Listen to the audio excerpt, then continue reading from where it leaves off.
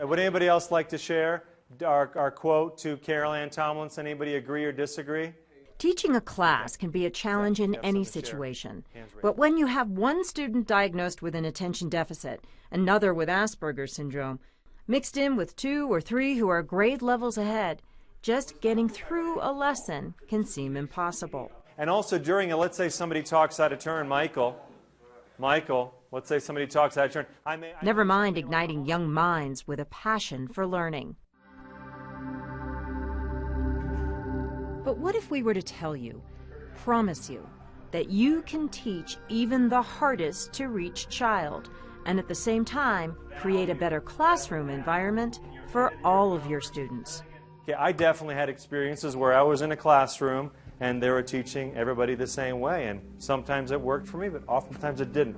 The Learning Disabilities Association of Colorado is an organization dedicated to the success of all students. Our mission, helping teachers, counselors, administrators, and parents lift kids with learning differences to their full potential. We do that through consultations, advocacy on behalf of students with learning disabilities, and through seminars for teachers. You're about to see how LDAC's strategies come alive in the classroom, and there's no better model for these innovative methods than master teacher Philippe Ernewine. Since 1997, Philippe has been a teacher at Denver Academy, an independent school designed specifically for students with learning differences or non-traditional learning styles. Since 1972, Denver Academy has focused on the unique learning profile of each child, an approach that has transformed the classroom experience. Look at you, this is fantastic. Hey, one of the ways I want to challenge you is writing is your strength. Right? And not just here. What LDAC has learned at schools like Denver Academy can work anywhere. In the average school in America, 14% of students have an identified disability. Remember, there's no wrong answer, but you're writing down your response to this. So what exactly have we learned in terms of best practices? Think about them as a 4-pronged approach, transferable to any classroom. Here are the basics. First, take a fresh look at each child in your class. And one by one, instead of asking yourself, how smart is he or how smart is she, ask, how is he smart? Second, understand the learning profiles in your classroom. Where are the visual learners, the musical learners? Are there students with attentional issues? And how do I rewrite the details of that learning style or difference in a way that will help me create breakthroughs for that child? Next, plan for differentiated instruction. This one sounds loaded. How do you reach each and every one of your kids when they all require something unique from you? Differentiated instruction is the key to your success and your students. And we'll talk about how to make differentiated instruction integral in your classroom. Lastly, we'll give you some classroom management techniques that form a strong foundation for everything else you do as a teacher. All of these things, all 4, will help you reach and teach students with learning differences, and what's more, their best practice in any classroom. To see exactly how this solution works for students, we're enlisting help from 4 truly remarkable kids from Denver Academy. Michael, Terrence, Emmy, and Paul have all benefited from having Philippe Ernewine as their teacher. They all have learning differences, and one thing is clear. For each of them, traditional teaching methods failed. In my younger years, I spent a whole lot of time telling stories in the privacy of my own head, to the degree that it didn't really occur to me that I was different from anybody else. There's one occasion I've always particularly remembered. It was in the 3rd grade, and the teacher was pulling us all together to do this reading group type of thing. And as you know, as I was walking over there, I was dreaming up a character to draw in my head, and I was trying to work out this character's expression. So as I'm walking over there, I'm going, and you know, and she immediately proceeded to drag me out of the room and lecture me on how I was not to stick my tongue out at her. After those first couple weeks, it just turned into habit, and I would separate myself, you know, of my own doing, simply because I was, simply because I'd been separated, you know, just in the desks in the classroom, and so I made that connection of that must be what I'm supposed to do. I'm introverted. That doesn't mean I'm quiet. That doesn't mean I'm antisocial. That means I am in my head a lot, and it's very overactive. Any sort of project, anything I'm doing is very intense and focused and, you know, tunnel vision. And that was definitely a huge problem in a traditional setting. And I was almost like quaint, you know, the class clown, the, you know, ever-present kind of archetype. But it got a little frustrating. Like, it definitely set aside myself as a fringe character I built, and I hesitate not to call it a legacy of disaster and failure and this weird, you know, because you can't take pride in your work, you end up having to take pride in your failure. I was diagnosed with ADD in second grade, and I've always said that I pretty much think every second grader has ADD. So it didn't really feel like I had a problem then, but it basically consisted of forgetting my lunchbox and making excuses like my dog ate my homework, like that kind of thing. I got it done, but it would get lost in my backpack. It got to a point where I just didn't want to be in class just because I do little things that I thought were normal, but they clearly didn't. So you just don't understand what's wrong. And you see your friends sitting there like at the desks doing their work, and you're sitting there like, God, give me a deck of cards or something, because I can't sit here, and you don't get it. So then you say, can I go to the bathroom? I need to go to the bathrooms. And you'll stay there for the rest of the class because you just can't sit there for that long. How I literally felt was a bunch of just energy, you know, just balled up. I wanted to run around and do, you know, a billion things at once. And so knowing that I couldn't do that all the time and that I wanted to was really hard. It was not knowing why either, too, was a big thing. You know, I'm more hyper than everyone else, and for what reason, you know. It was mostly with 7th grade. I had a teacher that, since I was so disruptive in class every day, she'd just send me to the office right when I got to her class. So she just, you know, didn't ever want to talk to me about it or anything. It kind of hurt, like, because I, you know, was really, because I wasn't doing it on purpose like she thought I was. 4 remarkable kids, and each of them received an invaluable gift in the course of their education that has transformed how they approach learning and brought them to where they are today. It's a gift every single teacher can bring into his or her classroom to create that same transformation over and over again. So let's get to it. So much of the problem, whether you're talking about students who have trouble in school or creativity in general, is that schools are built upon this question of asking, how smart are you? And that really schools need to start moving toward this question. And that's why I'm grateful to be at the Denver Academy, because I think we ask this every single day. And that is, how are you smart? At school, it was hard because I was a smart kid, and I was put in the stupid kid pile just because. Even though they're often very bright, many kids with learning differences are given the clear message they're not smart enough to do the work. People think, oh, since he can't focus, he can't do anything. Instead, I can't focus on one thing, I can do multiple things at once.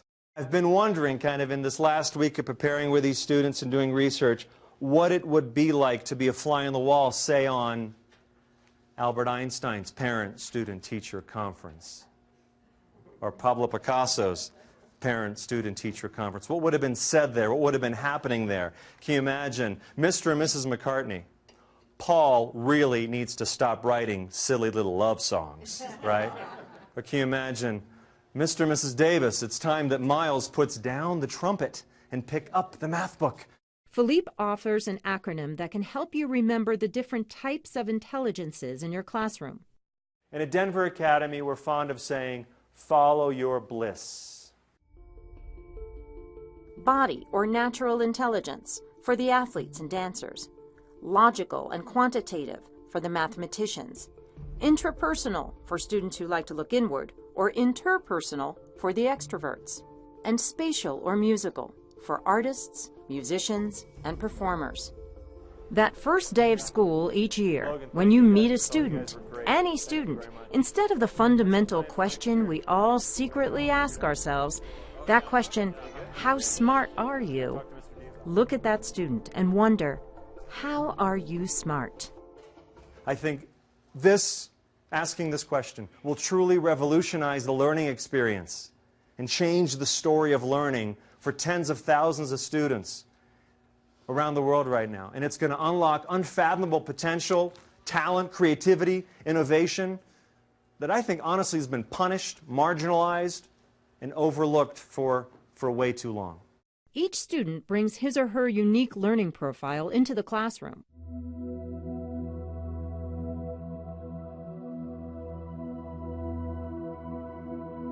I just want to spend a moment on the part that we have no control over. And that is the student traits. Look, we can influence this and nudge and be like that river and bend the banks a little bit, but ultimately, this is the stuff we can't necessarily change. Their readiness level, all these students are coming in with a certain readiness level to a classroom, to this presentation, varying interests. We can influence those interests.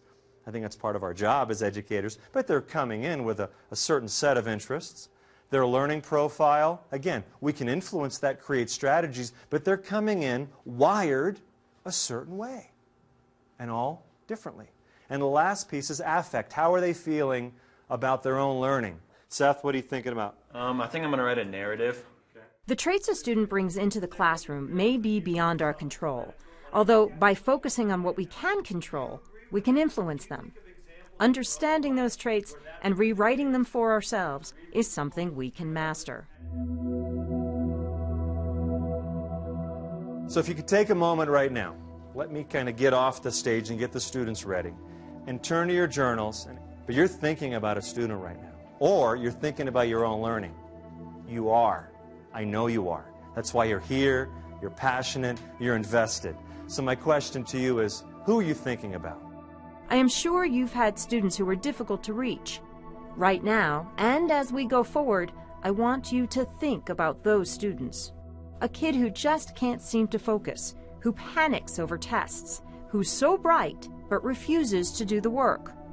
Learning differences show up as behaviors like these. To break through, understand a student's diagnosis, and then, this is critical, rewrite it. Let's take a closer look at rewriting. We're really almost rewriting a curse here in a way and turning it into a blessing. So how can we make the information that is given to us by this diagnostic statistical manual and make it more useful for us as educators, as individuals, as adults who are involved in the lives of children? I'm very hyperactive and impulsive. Our 4 students explained this best at our last conference. What they're about to read from is the accepted standard, the Diagnostic and Statistical Manual of Mental Disorders. I've never particularly liked the word disorder in this context. It's more of an alternate order. Watch what happens when Michael and Paul reframe the question, how smart are you? And tell us just how they're smart. We begin with Michael's own diagnosis, Asperger's syndrome.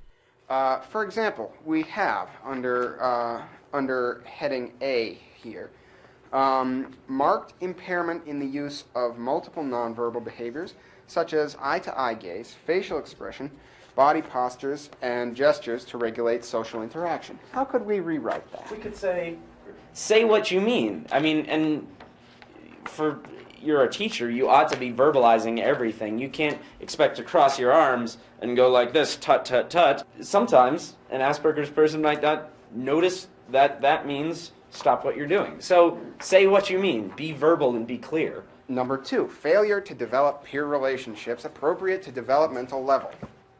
This person is extremely resistant to peer pressure. Persistent preoccupation with parts of objects. You notice details. This is a blessing. You can use this approach to rewrite the learning profile of just about any student. And one of the things that I think applies to me and may apply to other people is that I have more understanding, taking interest in something that actually interests me. For instance, ADHD. Here's what the manual says. ADHD symptoms include difficulty staying focused and paying attention, difficulty controlling behavior, and hyperactivity.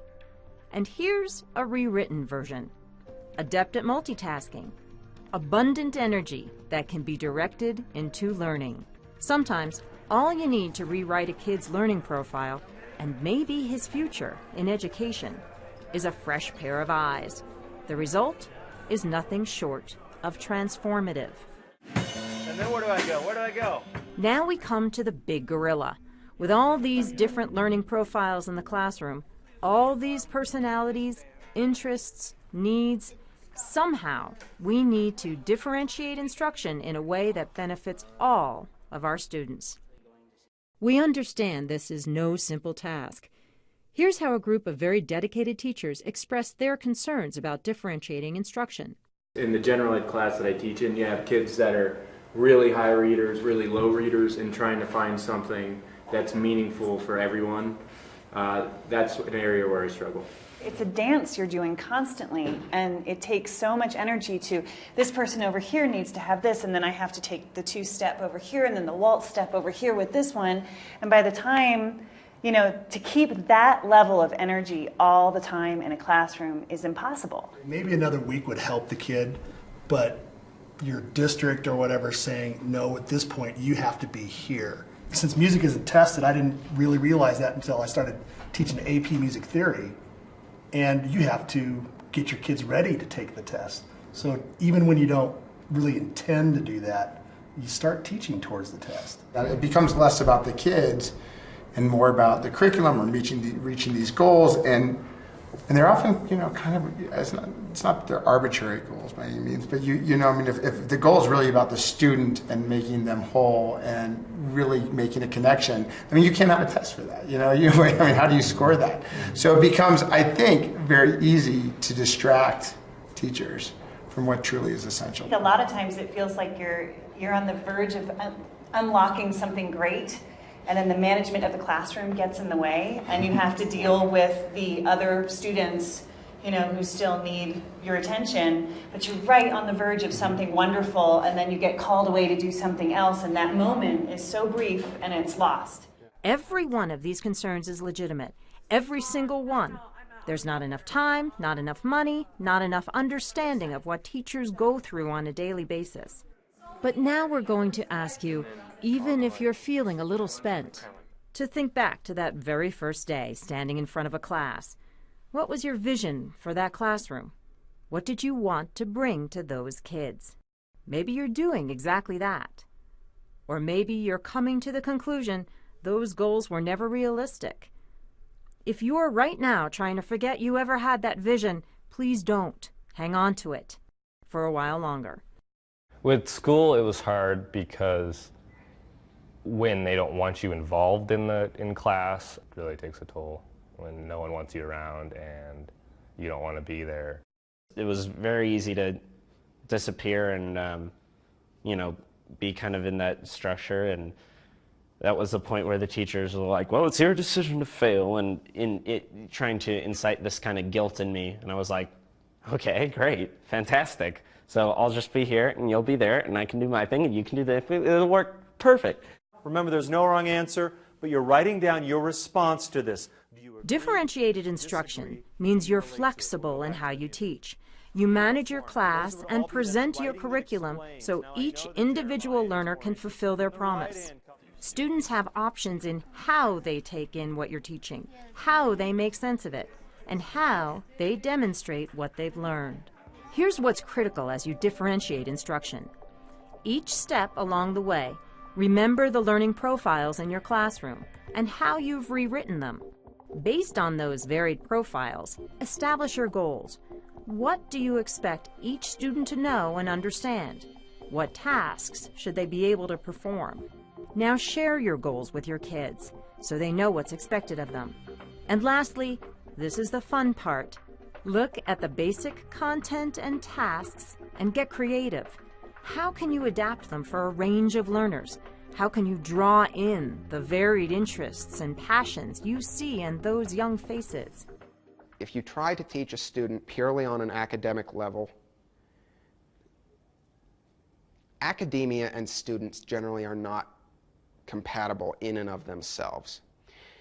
But if you provide even one small step to the emotional and psychological development of that student, then suddenly you have earned their respect and their attention. And everything becomes easier. Let me be clear here. We are not talking about teaching to the lowest common denominator, nor are we talking about personalized instruction for every child in your class. So what are we talking about? It will help if we break differentiated instruction down further into classroom elements. By classroom elements, I mean content, process, and product. When we talk about differentiating content, we mean giving a class options in what they learn, options that fit a range of readiness levels and appeal to different interests, genders, and backgrounds. Differentiated process means communicating the lesson in a variety of ways. Differentiated product means giving kids some creative license in how they show you what they've absorbed. You'll see all three classroom elements addressed here in a lesson about how individuals learn. First, differentiating content. Since this is a lesson about different styles of learning, Philippe has asked students to focus on themselves as learners. Content is differentiated from the start. Now, differentiated process. Paul tells us why differentiating process is so important. We're letting ourselves become disaffected and disenchanted with simply because of the way it's presented, or because we can't present it back in an interesting way, or because we simply don't get it because it's being told to us and we'd rather read it, or it's being read to us and we'd rather see it, or it's being, or we're looking at it and we'd rather do this or that. That can be a basic class discussion, because for some of your students, that's great. Make sure the kids who need your help most are closer to you during the discussion. Walk around the room. Let your students partner or break them into groups so they can help each other. Move from one team to the next. When you reach a group that's easily grasping the material, spur them on to learn more. With a group that's struggling, remediate. Go over the basics one more time. Remember, relatively few kids are auditory learners, whether they're diagnosed with learning differences or not. So write things down. As Barrett is handing out part of one of the handouts for today, let's get started by on the board we have our Do Now. Provide an outline or guided notes whenever possible. Use your overhead or whiteboard. I want us to respond to this quote. You can write down the quote or not write down the quote. What I definitely want you to write down is, do you agree with that? Can you think of examples in your own life where that's been the case? One very simple tool, giving students a heads up about what's coming next. We're moving into the mini lesson. Okay, and it's really our mini lesson today is the project introduction. This is not a surprise. You know this is coming. We've talked about this already, and you can follow along in the handout. And one more trick. Think of creative ways to add a physical component to learning. I agree. I feel that every student learns things in different ways.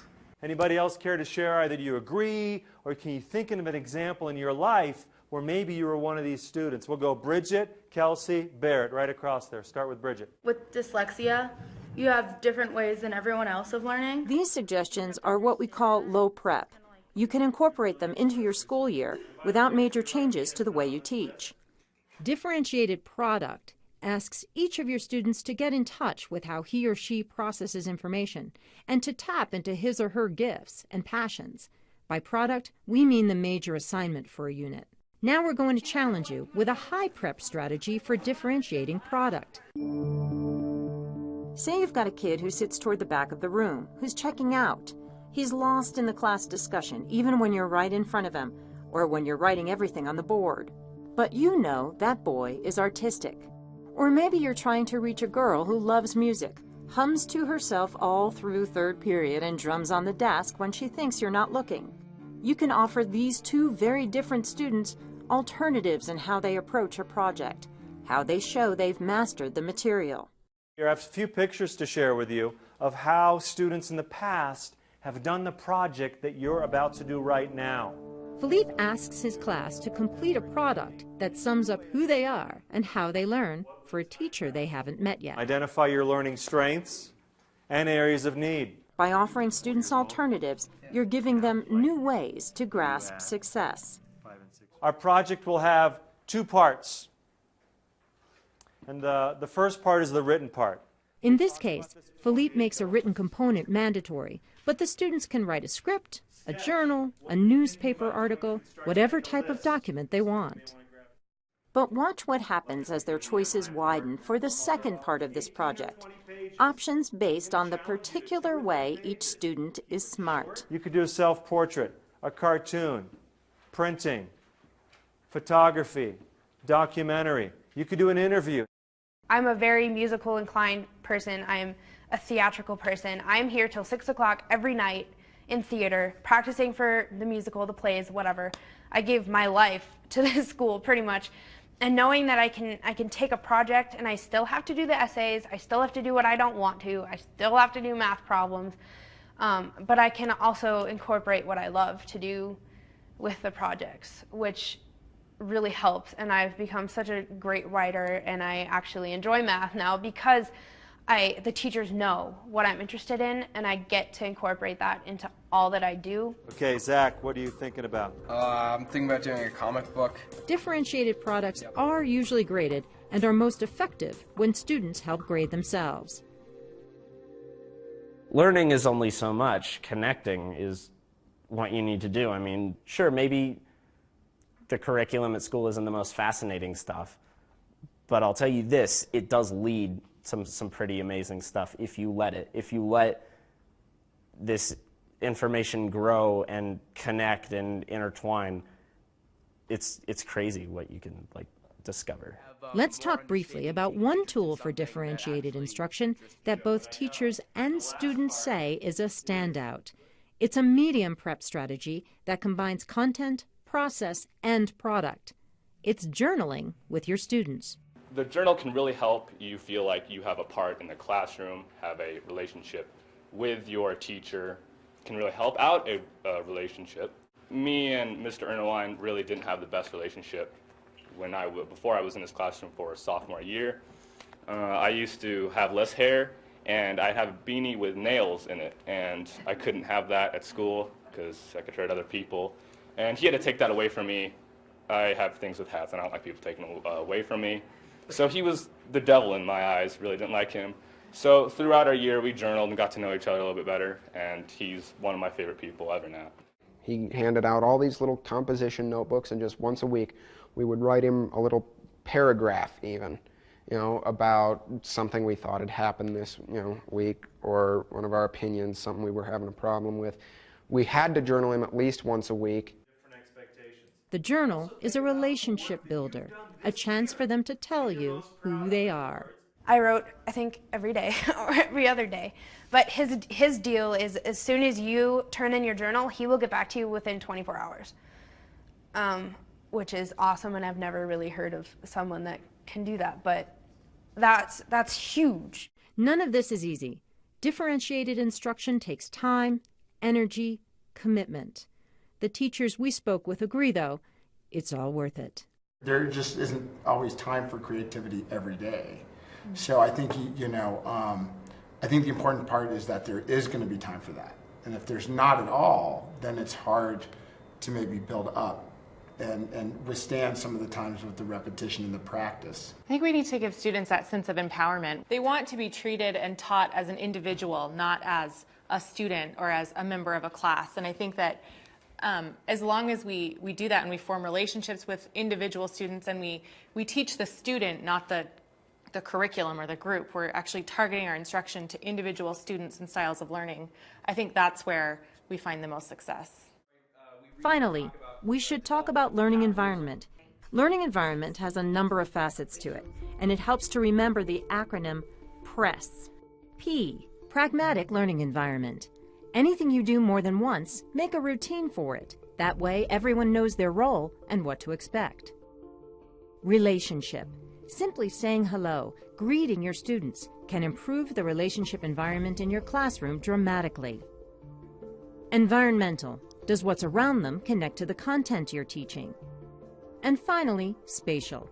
A new study tells us we all learn best when we vary environment, so redesign your space often.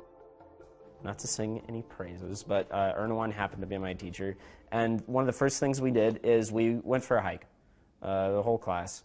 Yes, we can go outside and we can walk on this beautiful fall afternoon. We're going to walk up there and we're going to write, and it was just huge. I was like, I knew it was going to be different. Learning environment leads neatly into the fourth and last of the best practices we'll cover here, classroom management. In pursuit of good classroom management, here's another acronym for you, HANDS. HANDS is a helpful guide for group interactions. H, hands up. Verbally remind students to raise their hands when they want to contribute. A, arm raised. Your arm goes up as a visual reminder for students to raise their hands before talking. N, need to wave off. When someone in the class is disruptive or off task, wave them off.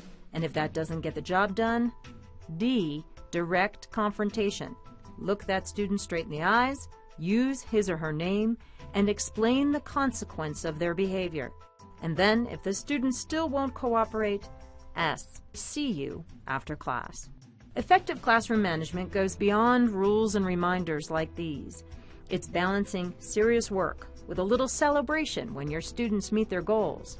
It's not just up to you to create a great place to learn, it's up to your kids too.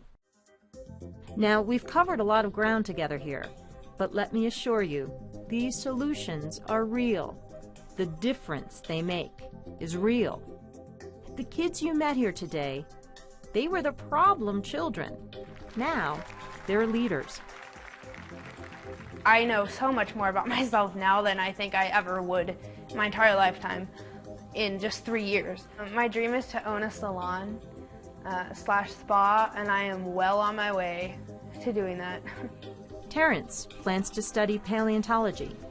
4-star varsity baseball letterman, music lover, creative spirit, justice advocate, future paleontologist, high school graduate. I'd even say proud of myself that I've gotten this far, because I don't ever thought I would think about getting this far. Teachers caring about me made me care about school, and then that made me want to be successful.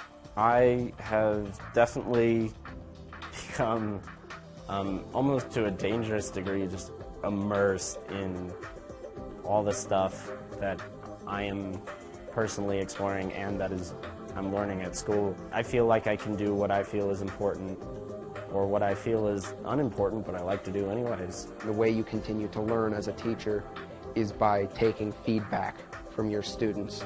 It's not the teacher helping the student up to their level. It's the two of them growing together, which is absolutely the best form of that. There's no nobler profession than teaching. No job comes with greater rewards. For a child struggling with a learning difference, you are the best hope. Your continued learning, your commitment to excellence, your creativity as a teacher can reinvent someone's future. Good luck.